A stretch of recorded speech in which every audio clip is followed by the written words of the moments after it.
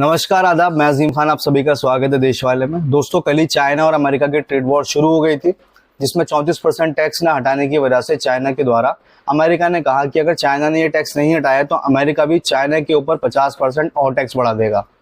बस इसी बात को पूरा करते हुए डोनाल्ड ट्रंप ने एक और इकोनॉमी बम फोड़ दिया चाइना के ऊपर और 50% का और टैक्स लगा दिया। यानी कि अब जो भी माल आएगा चाइना से उस पर अमेरिका 104% का टैक्स वसूलेगा और ये टैरिफ टैक्स कल रात यानी मंगलवार को लगाया गया है। डोनाल्ड ट्रंप का कहना है कि इतना पैसा आ रहा है इससे कि शायद ही किसी देश ने इतना पैसा पहले कभी देखा होगा। इसी पर व्हाइट हाउस का भी कहना है कि ये जो कदम उठाया गया है ये यूएस वर्कर्स और इंडस्ट्री को प्रोटेक्ट करने के लिए लिया गया है। और इस मूव के बाद 70 से ज्यादा देश कतार में खड़े हैं इस नए टैरिफ डील के लिए।